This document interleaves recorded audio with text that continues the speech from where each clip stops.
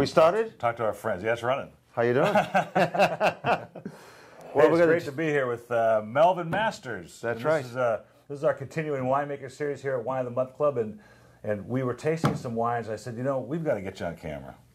It's great to be here. How many years that you've been coming around here? Well, you know, I'm almost sure that I met your dad back in the 70s, yes, but I know I've been seeing Paul here from Gully since the beginning, since the 90s. I think since, yeah, when I took it over in '89 and we moved to Arcadia and you came to my old little cubby hole place. That's right. It was just little, it was just one little office and you were almost doing the boxes yourself. That's right, practically. In those days. And what were we tasting? We tasted probably in those days, I don't know, I was involved with Georges Duboeuf. Yes, with, that's right. That's right. Yeah, I think that was it. And there's a bottle of... Oh, there's a Tiamo. Tiamo. All right, we're going to taste that too. This is my wine, incidentally. This is a little wine that I produce from Italy, from the Veneto region.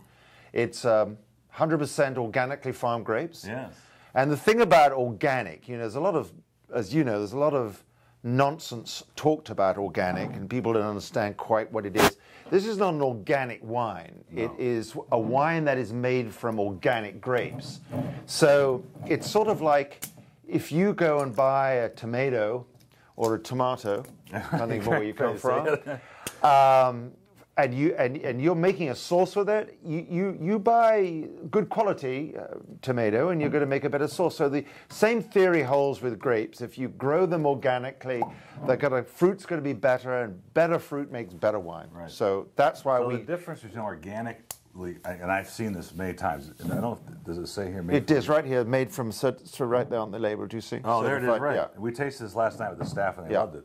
I don't want to talk, we'll taste it now, but that means the farming of the grape is organic. Correct. That's exactly. It doesn't mean that the winery facility has been certified organic. It could be operating that way. It could be, yes, but that would be. It's basically more about the vineyard than anything else. Right. It's like, you know, sustainably farmed is the same sort of thing. So I mean, I think some of the organic wines can be tricky because there you're talking about, you know, no sulfur and lots of stuff, and things can go wrong in the winery. You know, have secondary fermentation, all kinds of things, and you know. All that kind of stuff, which can be exciting, but well, you know, not what you want. I'm going to do a video here soon where I'm going to go to the market with a list of foods that have more than 10 parts per million of sulfur, which wine, very good, because people have this misconception. Totally.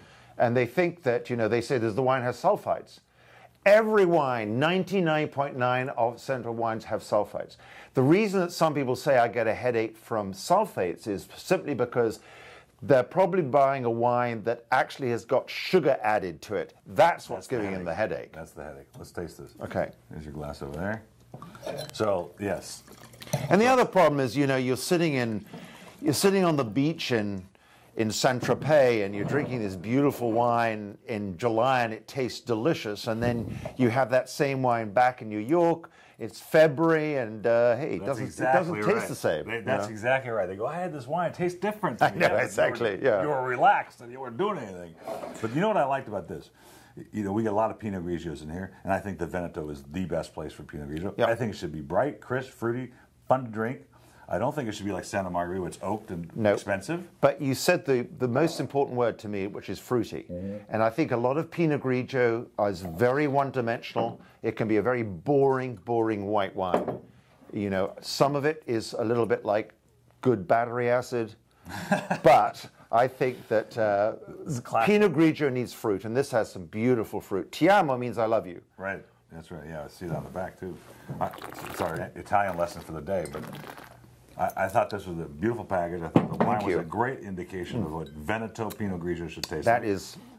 That's really good. And it's organic too, which is really fun to have. Breakfast of champions. Mm-hmm. Yeah, so we were just saying that the wine tray today is a little different from when Paul and I first met, isn't it? Totally.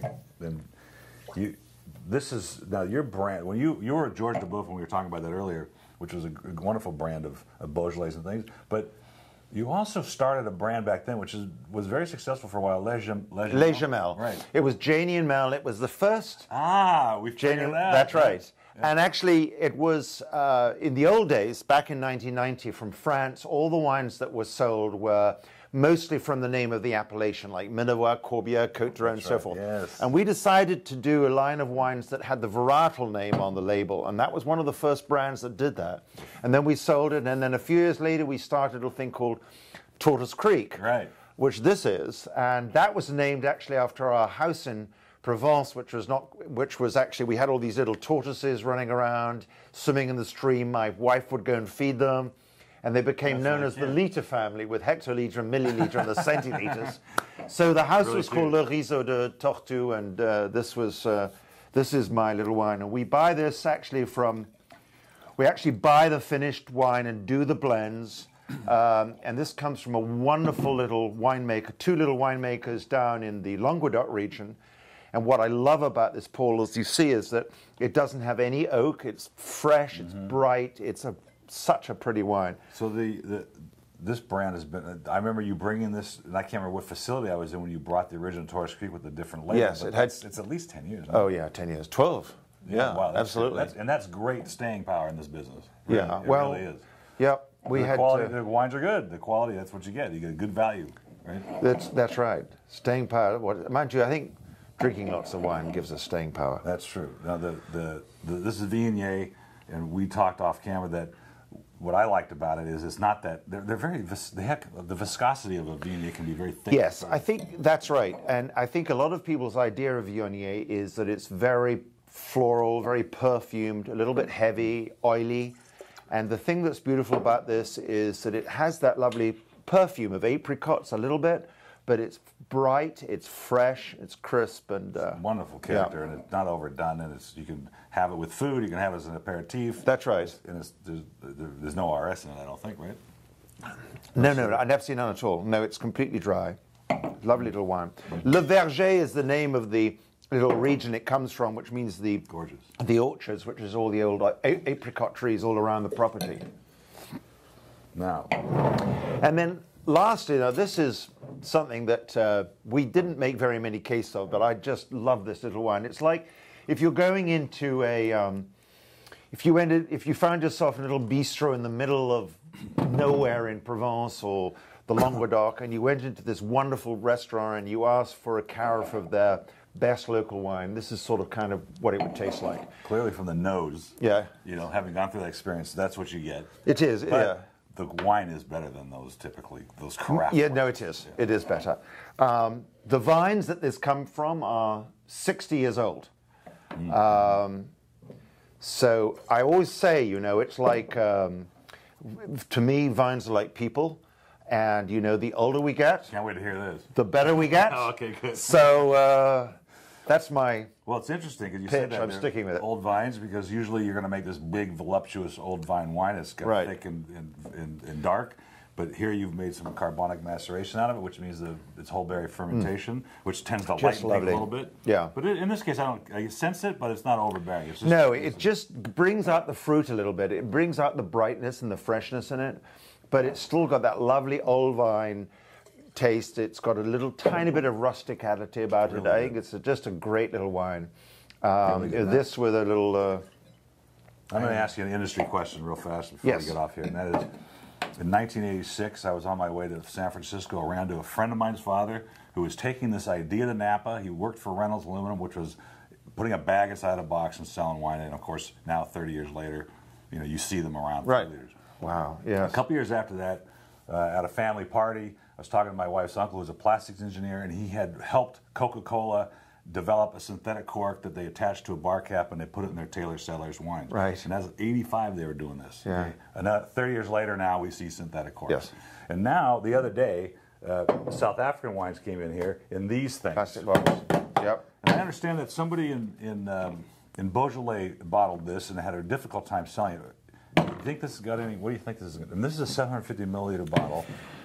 You know, I got to tell you, I don't. My own. This is plastic, right? Yes, PET. Well, you know, I think there's sort of some negative feelings about plastic. Of course. Period. Whether it's in water, whether it's in it, or whether it's wine in it. That's true. So I think there's that negativity about it. I mean, We were one of the pioneers of screw caps with Tortoise Creek. In fact, we went back, bizarre as it may seem, with the reds. We've gone back to synthetic cork because the consumer, I think, still kind of thinks sometimes that a red wine adds a little bit of the romanticism to have a cork in it. With white, I think it's okay with the screw cap. Right. But I'm not sure about. I mean, I think from an environmental point of view of the lightness of shipping. Oh, that's wonderful. That's terrific. I think it's 36 of these weigh the same as 12 glass bottles. Yeah. I mean, the perfect way to do it is just to buy a barrel, keep it at home, and have a straw and just drink out of the barrel. I mean, Paul, pleasure having you here. Always great to see you, my old friend. Terrific. Thanks. See you guys next time.